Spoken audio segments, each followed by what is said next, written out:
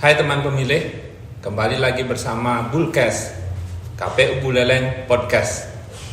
Pada kesempatan kali ini kita akan membahas topik terkait dengan tahapan pemilu tahun 2024 yang sekarang sedang berjalan di KPU Kabupaten Buleleng.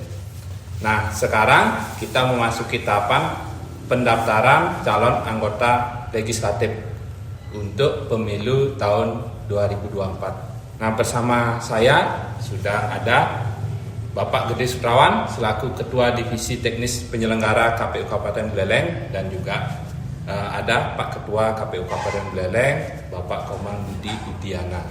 Nah, untuk selanjutnya kita akan membahas topik tersebut bersama kedua orang narasumber ini. Nah, untuk pertanyaan pertama kepada Pak Gede Sutrawan, nah kira-kira bagaimana persiapan KPU Kabupaten Buleleng terkait dengan tahapan pendaftaran calon anggota legislatif di KPU Kabupaten Buleleng? Silakan Pak Ade. Pada dasarnya KPU Buleleng sudah siap ya. Kita sudah siap ya Pak Ketua ya. Ya. Menerima pendaftaran bakal calon DPRD Kabupaten Buleleng yang sudah barang tentu nantinya akan didaftarkan oleh partai politiknya mulai tanggal 1 Mei sampai dengan 14 Mei 2023. Kita sudah melakukan persiapan dan kita pada intinya adalah siap untuk menerima pendaftaran calon secara digital, itu melalui aplikasi Silon maupun yang nantinya penyerahan hard copy-nya itu pendaftaran secara fisik ke KPU Kabupaten Buleleng. Termasuk dengan penerimaan nanti dari teman-teman anggota partai politik yang akan melakukan pendaftaran ke kantor KPU Buleleng, apakah sudah disiapkan tempatnya di mana akan diterima? Ya, kita sudah menyiapkan itu jauh hari ya. Tanggal 30 memang ada surat perintah juga dari KPU RI bahwa kita menyiapkan tempat ruangan untuk menerima partai politik dalam mendaftarkan calon-calon anggota legislatifnya nanti di Kabupaten Buleleng. Untuk pertanyaan berikutnya pada Pak Ketua, nah kira-kira kepada peserta politik atau partai politik yang akan mendaftarkan calon anggota legislatifnya, apakah boleh nanti ada parade budaya, mungkin ada iring-iringan berganjur dan lain sebagainya dalam melaksanakan pendaftaran calon anggota legislatif? Bagaimana kira-kira Pak Ketua? Ya, dalam hal ini kita KPU Buleleng sudah akan melakukan koordinasi dengan teman-teman partai politik apabila nanti pada saat pengajuan bakal calon anggota legislatifnya akan mengadakan acara seremonial untuk pendaftaran. Nah, untuk itu kami harapkan memang kami tidak melarang akan adanya seremonial dari teman-teman partai politik untuk mendaftarkan bakal calon anggota legislatifnya ke kantor kami.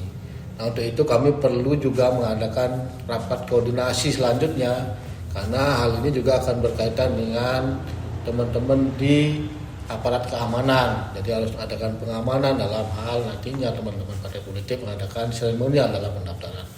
Selanjutnya mungkin kita akan atur jadwalnya biar nanti pada saat melakukan seremonial itu tidak berbarengan dengan partai politik yang lain, sehingga nantinya waktu pada saat pendaftaran itu bisa kita sesuaikan sehingga masing-masing teman parpol bisa mendapatkan jadwal dalam melakukan pendaftaran sehingga tidak ada terjadi penumpukan, dan kami harapkan teman-teman partai politik tertib dalam melakukan kegiatan tersebut.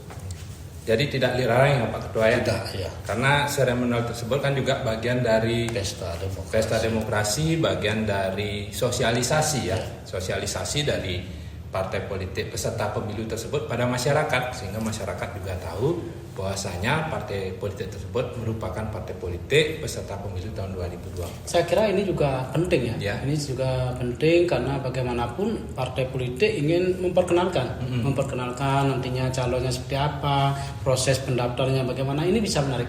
Nantinya menarik, mudah-mudahan dengan kalau kemungkinan partai politik menggunakan parade budaya, yang penting bisa tertib dan ini bisa menarik yang menjadi sebuah pestanya. Bagaimana raya sebuah pesta yang kita sambut dengan gembira, tidak lagi dengan ketegangan-ketegangan. Itu yang kita harapkan. Mungkin nanti ada rakornya nanti akan seperti itu ya Pak Ketua acaranya. Jadi kami akan segera mengundang teman-teman dari pimpinan partai politik untuk melakukan koordinasi dan menyesuaikan jadwal. Kita akan mengatur kapan jadwalnya disesuaikan dengan kepastian teman-teman partai politik kapan dalam mendaftar, waktu dalam mendaftar. Jadi kita akan lakukan koordinasi begitu juga dengan aparat keamanan, dengan teman-teman dari pemerintah daerah, sehingga nantinya gaung daripada pendaftaran ini bisa menjadi lebih luas. Masyarakat pun tahu bahwa tahapan pendaftaran bakal calon legislatif ini sudah dimulai. Jadi masyarakat juga di samping tadi yang disampaikan bahwa sosialisasi ini penting kepada masyarakat, sehingga tahapan pemilu ini bahwa sudah berjalan pada saat tahapan pendaftaran bakal calon anggota legislatif. Selanjutnya Pak Gede, kira-kira sejauh ini apa saja yang kira-kira menjadi kendala bagi teman-teman partai politik dalam melaksanakan pendaftaran calon anggota legislatif pada tahapan ini? Sudah barang tentu ya, kalau jumlah alokasi kursi kita di Buleleng itu adalah 45, jadi setiap partai politik itu punya hak untuk mendaftarkan 100% daripada alokasi kursi. Berarti setiap partai politik ada 18 partai politik dengan maksimal 45 bakal calon. Itu jumlahnya lumayan ya, ada 810 yang nantinya kita layani, namun pendaftarannya tetap lewat partai politik. Kendala yang ada, kita juga berkaitan dengan pihak-pihak lain, dengan instansi lain, seperti halnya bagaimana bakal calon nanti menyiapkan ijazah yang telah dilegalisir. Nah, ini juga akan melibatkan dari pihak Dinas Pendidikan dan Pemuda dan Olahraga. Ini kalau memang masih sekolahnya ya, karena legalisasinya adalah sekolah asal, kalau itu masih ada bisa dilakukan di sekolah asal yang dulu tempat untuk SLTA-nya ya, atau sederajat. Kemudian jika sudah tidak ada lagi lembaga pendidikannya, maka bisa melakukan legalisir di di instansi dinas pendidikan kalau di sini nggak provinsi ya, provinsi Bali itu dinas pendidikan dan pemuda dan olahraga. Di sana kita lakukan legalisir. Kemudian kendala berikutnya ada pada pengurusan tidak pernah terpidana. Ya, tidak pernah terpidana. Ini surat keterangan tidak pernah terpidana di pengadilan negeri.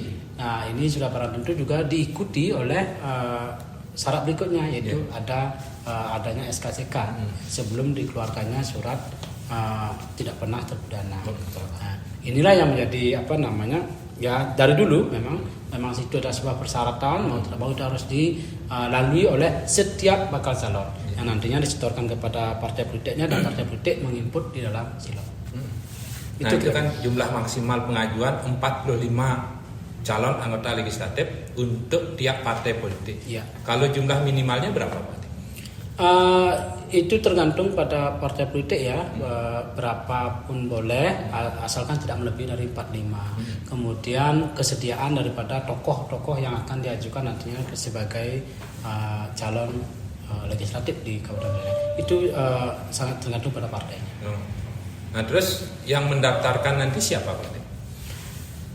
Karena ini adalah lembaga legislatif, jadi sesuai dengan peraturan undang-undang yang mendaftarkan sebagai calon anggota legislatif atau DPR di Kabupaten Buleleng itu adalah partai politik, karena peserta pemilu adalah partai politik. Lain halnya dengan Dewan Perwakilan Daerah, yaitu peserta perseorangan. Ya. Berarti yang tokoh-tokoh yang berminat menjadi calon anggota legislatif itu berproses di partai politik dulu ya Pak Dea? Ya,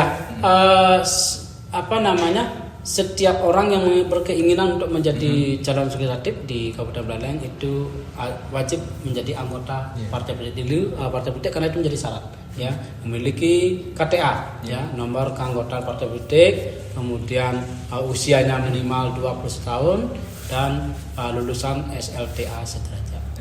Jadi tidak langsung secara pribadi datang kantor KPU Buleleng untuk melakukan pendaftaran ya, Ya. tapi didaftarkan oleh partai politik bersangkutan. Jadi jika berminat, siapa aja yang berminat ya, mungkin Bung juga mau berminat, ya silakan Ya. mencari partai politik mana yang sesuai dengan aspirasinya, ya gabung ke partai politik tersebut, masuk sebagai anggotanya, dan partai politik juga memiliki mekanisme, dia pasti juga melakukan seleksi Ya. terhadap siapa calon yang akan dipasangkan di Kabupaten Buleleng, terutama di setiap dapil. Ya, kita ada 9 dapil, jadi partai politik yang memasangkan tokoh-tokoh itu ada di setiap dapil dengan alokasi kursi yang berbeda-beda. Iya. Nah terakhir Pak Ketua, Ya. bagaimana kira-kira kesiapan KPU Kabupaten Buleleng dalam menghadapi tahapan pendaftaran calon anggota legislatif ini? Baik, untuk persiapan kami dalam menghadapi tahapan pendaftaran bakal calon anggota legislatif ini, jadi kami di KPU Buleleng sudah membentuk 3 tim ya. Jadi pertama itu adalah tim umum, yaitu tim yang mempersiapkan segala sesuatunya dalam menyambut teman-teman partai politik, yaitu mempersiapkan ruangan, mempersiapkan tempat untuk menyediakan mempersilahkan teman-teman partai politik untuk datang ke kantor kami. Kemudian ada tim namanya helpdesk. Jadi tim helpdesk ini akan menerima teman-teman partai politik dalam hal persyaratan-persyaratan apa saja yang nantinya harus dipenuhi dalam melakukan pendaftaran ataupun pengajuan bakal calon anggota legislatif. Yang ketiga ada tim verifikator. Nah, tim verifikator ini apabila teman-teman dari partai politik sudah siap dalam pendaftaran, sudah diajukan dalam pendaftaran, nah nanti tim verifikator ini akan menerima teman-teman ini dalam hal memverifikasi data-data yang sudah diajukan oleh teman-teman dari partai politik dalam hal pengajuan bakal calon anggota legislatifnya, apakah sudah lengkap apa belum, sehingga teman-teman verifikator ini akan melakukan tugasnya. Nah, demikian mungkin kesiapan dari kami di KPU Buleleng. Mudah-mudahan apa yang kami persiapkan ini mengalami lancar dan tidak ada kendala apapun, sehingga dalam tahapan pengajuan bakal calon legislatif atau pendaftaran ini bisa terlaksana dengan baik. Kan begitu Pak ya? Samping itu kita juga begini ya Pak Ketua, kita menghimbau karena partai politik sudah mendaftarkan calonnya, nanti masyarakat bisa melihat siapa saja calon-calon tersebut kita pasti akan umumkan ya Pak Ketua. Ya. Ya, untuk itu kita pasti akan mengajak setiap warga negara untuk datang ke TPS untuk menggunakan hak pilihnya. Ya, untuk tanggalnya kan dari tanggal 1 sampai tanggal 14. Itu pencalonan Ya, untuk pendaftarannya ya. pendaftaran. Untuk jamnya gimana Pak? Jamnya ya kita mulai jam kerja ya jam Ya. 8 sampai jam 16. Nanti itu di hari tanggal 1 sampai tanggal 13. Kemudian di tanggal 14 itu dari jam 8 sampai jam 23.59. Ya, jadi khusus untuk tanggal 14 dari jam 8 sampai jam 23.59. Baik, demikian podcast kita kali ini. Sampai jumpa di podcast selanjutnya.